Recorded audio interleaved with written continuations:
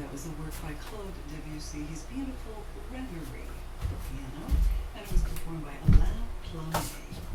Next up on this Friday afternoon, the Richard Wagner Restaurant.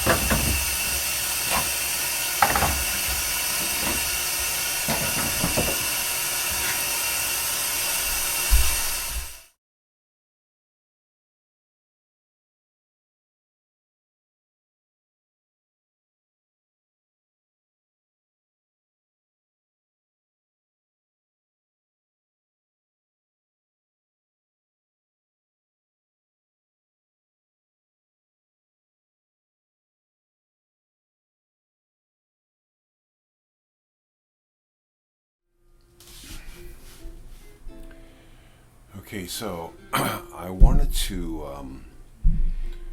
talk a little bit before I left the darkroom. And by the way, this time I checked to make sure that I didn't have any holes in my armpits of my t-shirt before. And when my girlfriend knew that I had worn that t-shirt, she was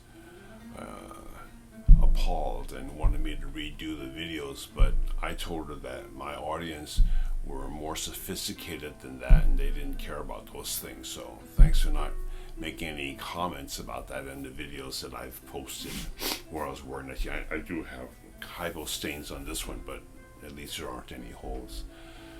So anyway, I wanted to talk about this place, this darkroom, that presumably this is going to be the last darkroom that I'll have. And I just wanted to say that this place makes sense to me. When I come here, this is kind of like my island away from it all. And because it's built for only one person, I am very seldom here with anyone else unless my kids come down to visit me and to see me. I'm here by myself, and with all the stuff that's going on in the world, with the war in Ukraine and the crazy political system in this country, gun violence going on,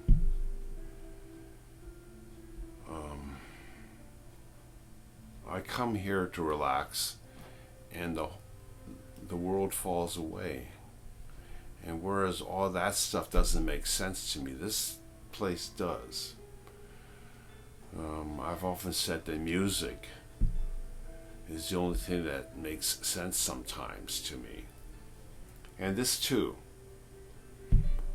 I kind of fell into this trade. Even though I studied and got my degree in music, and I enjoy teaching, I wound up doing this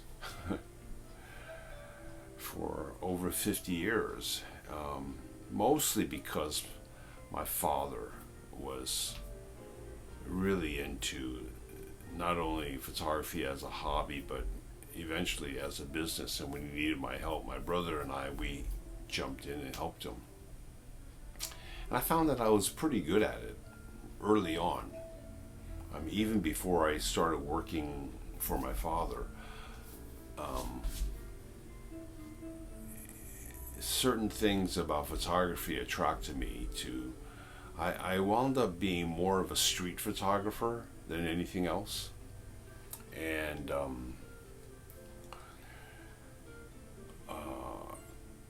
I just had an affinity for it.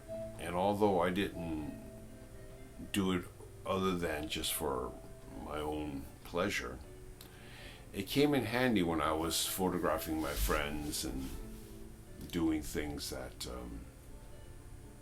were just enjoyable, making prints for friends and shooting weddings for friends and stuff like that. And they were always candids. I didn't shoot weddings, set up portraits during the wedding until I was charging for it. That was different. But the world is really an odd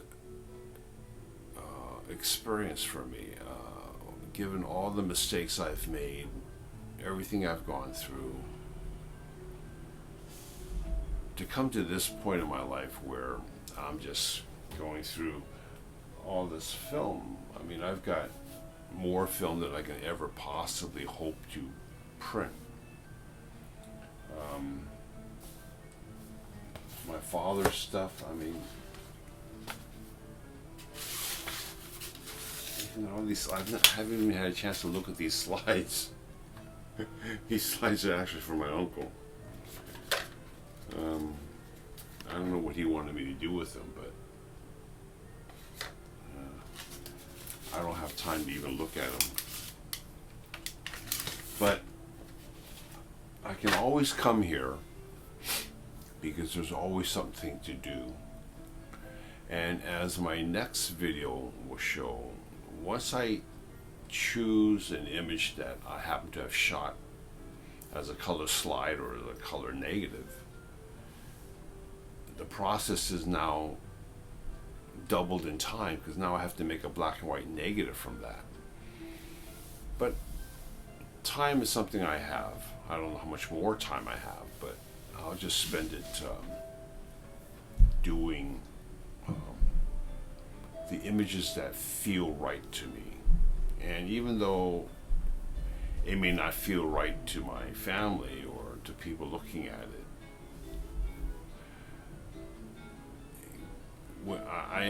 I imagine that when I can no longer print, I can look at these large albums I made and get pleasure from them and relive my life in a way that's positive. Remember the best things that I've gone through. So I just wanted to say that this place is my refuge. It's my it's the one place that makes sense to me, and I think that for everyone, they should find that. My father found it jogging. When he decided to go back to China, he knew he was in bad shape, so he decided to build up enough strength to climb the mountains in China where he wanted to photograph. And he started off by running around a gym. He says after one time around a basketball court, he was out of breath. So then he started walking and slowly started jogging. He fell in love with jogging. And he did that until he had gotten a car accident and he could no longer jog anymore. But luckily he had also started yoga. So he found his refuge in that. He wasn't so involved in photography at the end of his life. Matter of fact, I would say for the last 10 years of his life, he didn't do any printing. He just gave it to his employees to print. And unfortunately, they weren't very good at it. So I have all these pictures he had made that with not very good color. That's because Pat and I, we left his business. That's another story, but during that time, his partner and I were the same age, and we were very good at what we both did. We both worked very hard. So we started to butt heads, which you look at rock and roll bands and people that are really good at, even brothers, like the Bee Gees, butted heads and they wound up separating for a while. But then, luckily, they got back together. And I may not have gotten back together with my father's partner, but towards the ends of my father's life, everything was okay. I also got into photography because when I was a teenager, I felt like I needed to prove to my father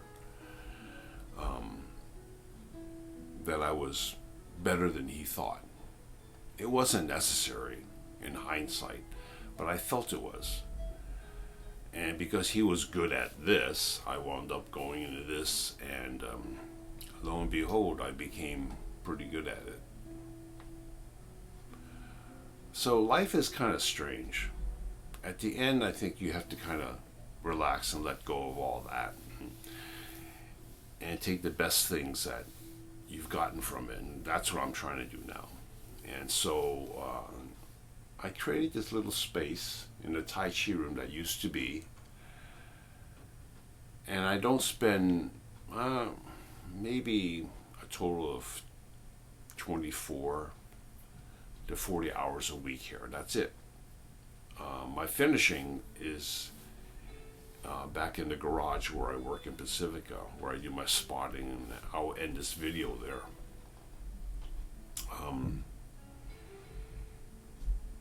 And I think that I just wanted to say this because it's important to me. That's what's important to me. That's what's meaningful to me. The photographs are not the end result.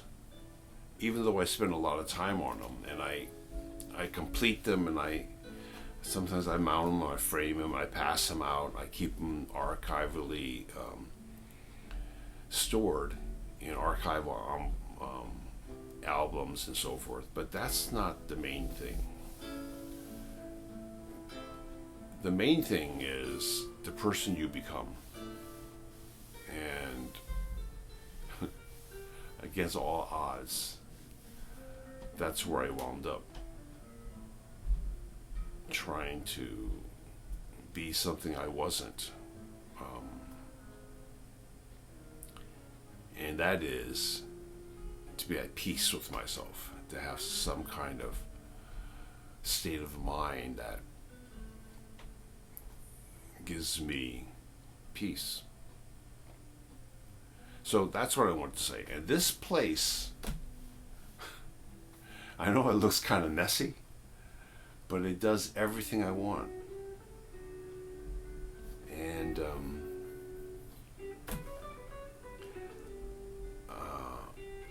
I'm happy here. I'm content here. So I wish that for all of you. And I just wanted to say that before we left this place, okay? Because I don't know if I'll make another video in my darkroom. I mean, I could show the masking but that's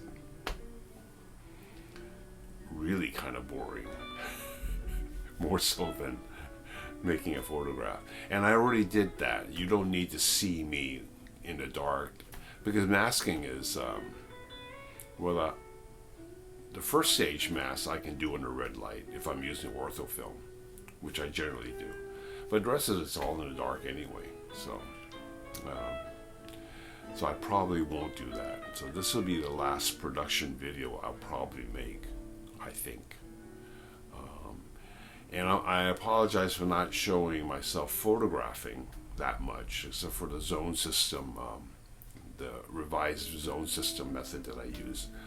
I don't really consider myself an expert with a camera, although I've shot portraits and weddings. And there are a lot of photographers on YouTube that are better equipped and knowledgeable about that stuff than I am.